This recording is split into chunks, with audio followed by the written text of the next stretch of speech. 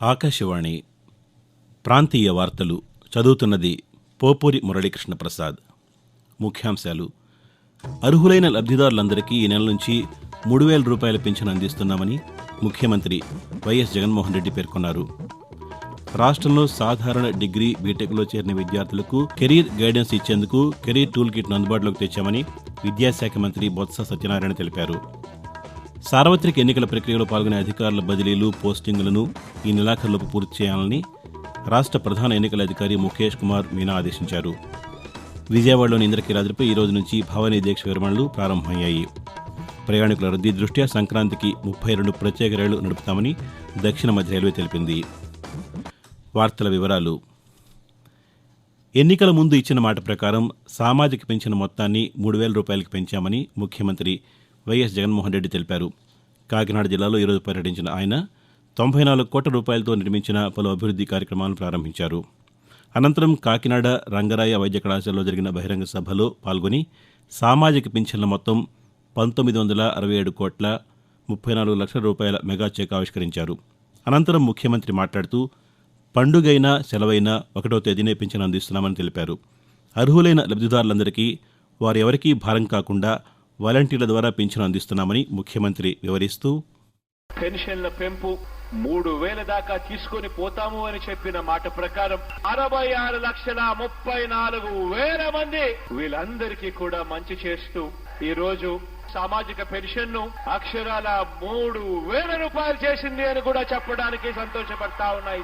కేవలం ఈ పెన్షన్లపై చేస్తా ఉన్న ఖర్చు నెల నెల అక్షరాల దాదాపుగా 2,000 కోట్ల రూపాయలని కూడా చెప్పడానికి కూడా సంతోషపడతా ఉన్నా.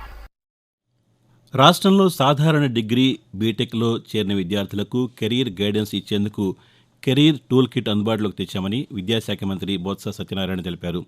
విద్యార్థులు ప్రవేశాలు పొందినప్పటి నుంచి కోర్సు పూర్తయ్యే నాటికి ఉద్యోగాలు పొందేందుకు నేర్చుకోవాల్సిన కోర్సులు, నైపుణ్యాల వివరాలు కిట్లో పొందుపరిచామని వెల్లడించారు.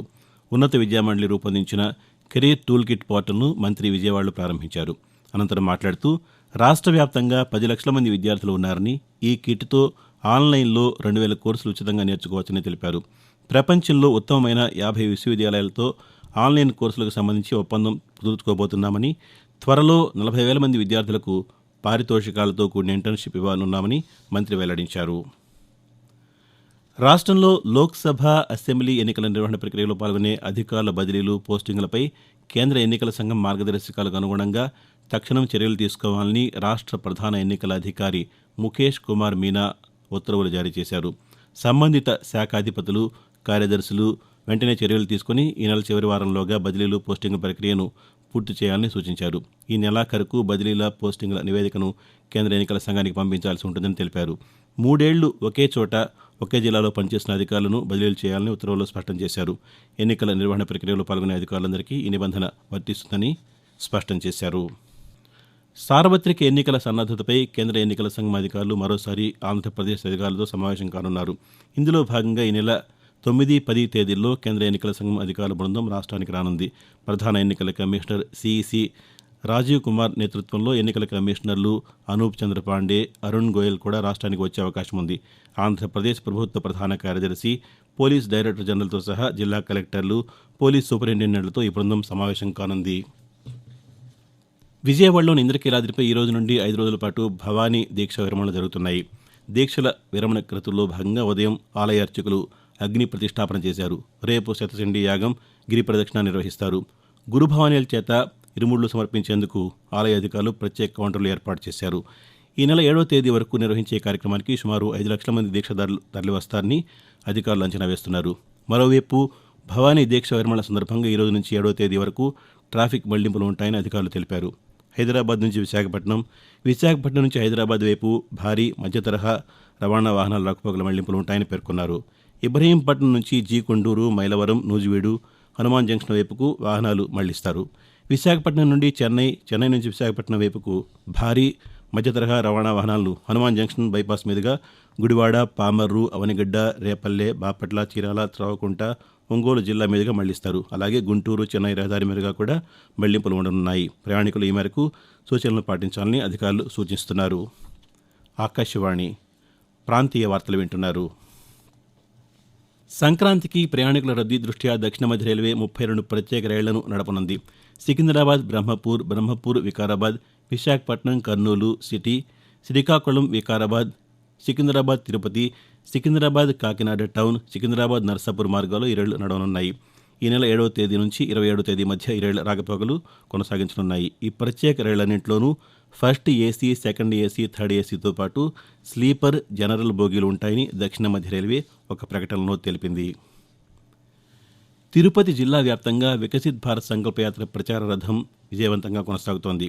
సంక్షేమ పథకాల ఫలాలను అర్హులందరికీ అందించే లక్ష్యంతో కేంద్ర ప్రభుత్వం నిర్వహిస్తున్న వికసిత్ భారత్ సంకల్పయాత్ర ప్రచార రథం ఈరోజు తిరుపతి నగరంలోని 12వ వార్డు పెద్దకాపు వేదిక చేరుకుంది. ఈ సందర్భంగా నగరపాలక సంస్థ అధికారులు ఉచిత వైద్య శిబిరాన్ని ఏర్పాటు చేశారు. కేంద్ర ప్రభుత్వ పథకాలను తెలిపే కరపత్రాలను ప్రజలకు నగరపాలక సంస్థ అధికారులు అందజేశారు. ఆయుష్మాన్ భారత్ కార్డులు, మాతృత్వ వందన యోజన, గరీబ్ కళ్యాణ్ యోజన లబ్ధిదారులు ఈ సందర్భంగా కేంద్ర ప్రభుత్వానికి కృతజ్ఞతలు తెలియజేస్తూ, నా పేరు గీతామణి. నాకు ఈ కార్డు ఇచ్చారు ఆయుష్మాన్ భారత్ అనేసి. దేశంలో ఎక్కడైనా కూడా ఈ కార్డు వర్తిస్తుంది. 5 లక్షల వరకు మనకి ఈ కార్డులో ట్రీట్మెంట్ అనేది దొరుకుతుంది. ఈ కార్డు జారీ చేసిన ప్రధానమంత్రి నరేంద్ర మోడీ గారికి ధన్యవాదాలండి. నా పేరు అరుణ. ప్రధానమంత్రి మాతృత్వ యోజన కింద ప్రధానమంత్రి వేసిన డబ్బులు నాకు ఎంతగానో ఉపయోగపడినాయి. పౌష్టిక ఆహారం కోసం 5,000 వేసినారు. అంటే ఒకసారి 1,000 రూపాయలు వేసినారు, తర్వాత 2,000 ఆడింది, తర్వాత 3,000 వేసినారు. నాకు చాలా హ్యాపీగా ఉంది సార్. కేంద్ర ప్రభుత్వానికి ధన్యవాదాలు తెలియజేస్తున్నాను. గరీబ్ కళ్యాణ్ యోజన మోదీ గారు బియ్యం ఫ్రీగా ఇస్తున్నారు. మామూలుగా అయితే 50 రూపాయలు ఇచ్చి కొనాలి, బియ్యం మాకు ఫ్రీగా ఇస్తా ఉన్నారు. మోదీ గారికి ధన్యవాదములు. తమ సమస్యలను పరిష్కరించాలంటూ రాష్ట్ర వ్యాప్తంగా అంగన్వాడీ కార్యకర్తలు చేపట్టిన ఉద్యమం 23వ రోజు చేరింది. తమ డిమాండ్ల పరిష్కారంలో ప్రభుత్వ వైఖరిని నిరసిస్తూ జిల్లా కలెక్టరేట్ల ఎదుట అంగన్వాడీలు నిరసన తెలుపుతున్నారు. తిరుపతి, నెల్లూరు, ఒంగోలు, శ్రీకాకుళం, కర్నూలు, గుంటూరులో పోలీసుల అడ్డంకులను దాటుకుని అంగన్వాడీలు కలెక్టరేట్ల వద్ద నిరసన తెలిపారు. ఈ నెల 5వ తేదీలోగా విధుల్లో చేరకపోతే శాఖాపరమైన చర్యలు తీసుకుంటామని కలెక్టర్లు ఉత్తర్వులు ఇవ్వడం సరికాదని, వాటిని వెంటనే ఉపసంహరించుకోవాలని డిమాండ్ చేశారు. కనీస వేతనాలు పెంచి గ్రాట్యుటీ అమలు చేయాలని ప్రభుత్వానికి అంగన్వాడీ కార్యకర్తలు విజ్ఞప్తి చేశారు. దివ్యాంగులకు అంగవైకల్యాన్ని ధృవీకరించే సదరం సర్టిఫికెట్లు పొందేందుకు జనవరి, ఫిబ్రవరి, మార్చి నెలలకు స్లాట్లను ప్రభుత్వం విడుదల చేసింది. అభ్యర్థులు ఈ రోజు నుంచి గ్రామ, వార్డు సచివాలయాల్లో దరఖాస్తు చేసుకోవచ్చు. స్లాట్లు బుక్ చేసుకున్న వారికి నెల 8వ తేదీ నుంచి రాష్ట్ర వ్యాప్తంగా వైద్యశాఖ ఆధ్వర్యంలో 173 ప్రభుత్వ ఆసుపత్రుల్లో ఎముకలు, మానసిక, కంటి, చెవి, ముక్కు, గొంతు వైద్యులు పరీక్షలు నిర్వహించి అర్హులకు సదరం ధృవీకరణ పత్రాలు ఇస్తారు. డిమాండ్లు పరిష్కరించాలని కోరుతూ ఆంధ్రప్రదేశ్లో సమ్మె చేస్తున్న పురపాలక సంఘ కార్మికులతో రాష్ట్ర ప్రభుత్వం జరిపిన చర్చలు మరోసారి విఫలమయ్యాయి. క్రమబద్దీకరించి సమాన పనికి సమాన వేతనం ఇవ్వాలని కార్మికులు కోరగా ఆర్థిక ఇబ్బందుల కారణంగా సాధ్యం కాదని మంత్రులు తేల్చి చెప్పారు. గుంటూరు జిల్లా వెలగపూడిలోని రాష్ట్ర సచివాలయంలో చర్చల అనంతరం పురపాలక శాఖ మంత్రి ఆదిమూలపు సురేష్ పాతికేయులతో మాట్లాడుతూ నాన్ బీహెచ్సీ కేటగిరీ ఉద్యోగులకు 6,000 రూపాయల ఆక్యుపేషనల్ హెల్త్ అలవెన్స్ ఇస్తామని వివరించామని తెలిపారు. స్కిల్డ్, అన్స్కిల్డ్ సిబ్బంది విషయంలో కొన్ని సమస్యలు తలెత్తాయని, రోస్టర్, పీఎఫ్ ఖాతాలు, ఎక్స్గ్రేషియా అంశాలను పరిష్కరిస్తామని హామీ ఇచ్చామని వెల్లడించారు. మరికొన్ని అంశాలపై మరోమారు చర్చలు జరుపుతామని మంత్రి వివరించారు. విద్యార్థుల్లో పరీక్షల భయాన్ని పోగొట్టేందుకు ప్రధానమంత్రి నరేంద్ర మోదీ ఏటా నిర్వహించే పరీక్షా పే చర్చ కార్యక్రమానికి రిజిస్ట్రేషన్లు ప్రారంభించామని కేంద్ర విద్యాశాఖ వెల్లడించింది. ప్రధానమంత్రితో మాట్లాడేందుకు ఆసక్తి ఉన్న విద్యార్థులు, ఉపాధ్యాయులు, తల్లిదండ్రులు www.mygov.in PPC2024 వెబ్సైట్లో తమ పేరు నమోదు చేసుకోవచ్చని తెలిపింది. ఇందుకు జనవరి 12వ తేదీ వరకు గడువు విధించింది. పరీక్షాపై చర్చ తేదీని త్వరలోనే వెల్లడిస్తామని కేంద్ర విద్యాశాఖ పేర్కొంది. ప్రాంతీయ వార్తలు ముగించే ముందు ముఖ్యాంశాలు మరోసారి. అర్హులైన లబ్ధిదారులందరికీ ఈ నెల నుంచి 3,000 రూపాయల పింఛను అందిస్తున్నామని ముఖ్యమంత్రి వైఎస్ జగన్మోహన్ రెడ్డి పేర్కొన్నారు. రాష్ట్రంలో సాధారణ డిగ్రీ, బీటెక్లో చేరిన విద్యార్థులకు కెరీర్ గైడెన్స్ ఇచ్చేందుకు కెరీర్ టూల్ కిట్ అందుబాటులోకి తెచ్చామని విద్యాశాఖ మంత్రి బొత్స సత్యనారాయణ తెలిపారు. సార్వత్రిక ఎన్నికల ప్రక్రియలో పాల్గొనే అధికారుల బదిలీలు, పోస్టింగులను ఈ నెలాఖరులో పూర్తి చేయాలని రాష్ట్ర ప్రధాన ఎన్నికల అధికారి ముఖేష్ కుమార్ మీనా ఆదేశించారు. ప్రయాణికుల రద్దీ దృష్ట్యా సంక్రాంతికి 32 ప్రత్యేక రైళ్లు నడుపుతామని దక్షిణ మధ్య రైల్వే తెలిపింది. ఆకాశవాణి ప్రాంతీయ వార్తలు ఇంతటితో సమాప్తం.